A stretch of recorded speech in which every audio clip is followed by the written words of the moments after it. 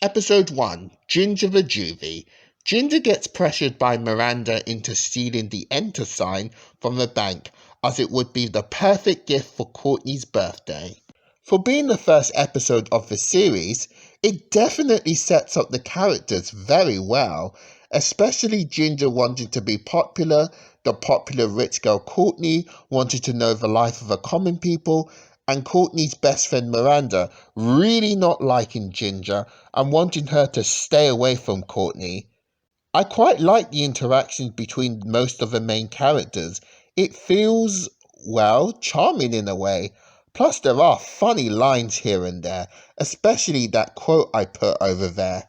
I also like that despite Miranda being successful into getting Ginger arrested, Ginger actually does get to be popular among her peers, just in a way that she didn't expect. I will say that the way they introduced Darren at first could have been handled just a little bit better, since they kind of just shove him in with Ginger's plot without giving him much of an actual introduction on who he is at first. But the episode does show his role in Ginger's friend group. I will say that my biggest issue with the episode would be Carl's subplot. It's not awful by any means, but it's not great.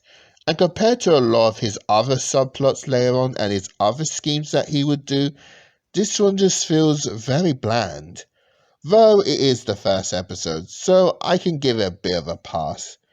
Oh, and I will say that this episode does bring up Carl's petrified eyeball that will be brought up again in episodes throughout the series. Other than that, I will say that this is a good episode. It's not a great episode by any means, but I think the alright plot, the good introductions, and the good ending do make it a good episode. Episode 8, Cry Wolf. Miranda decides to blackmail Ginger after learning that Ginger isn't allowed to shave her legs. Let's get it out of the way first.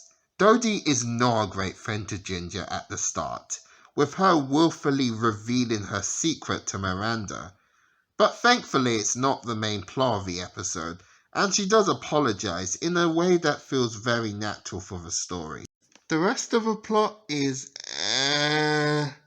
it's not really that interesting and it feels kinda stock, especially since the show a lot of the time does try to stay away from stock plots that you see a lot of in these types of shows, more so than something like Hey Arnold.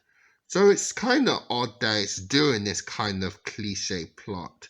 I also don't like the fact that we don't get an actual justifiable reason on why Lois doesn't want Ginger to shave her legs.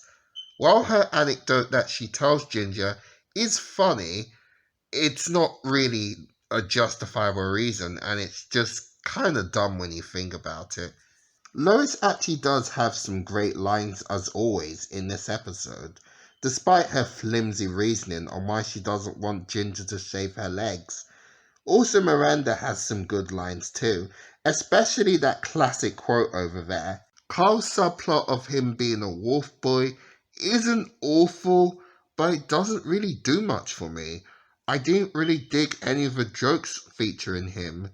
Also, Carl eating the gum on the side of a water fountain was just gross. Though I do like that he does help Ginger out with her problem by the end. I honestly thought a lot about the rating to give this episode. I do not strictly hate it, but I can't really find many strong redeeming things about it. And while it's far from the worst episode of this series, I actually do think it's a bad episode. It's not horrendous or anything, but it just has so little going for it, and very little actual good moments in it too.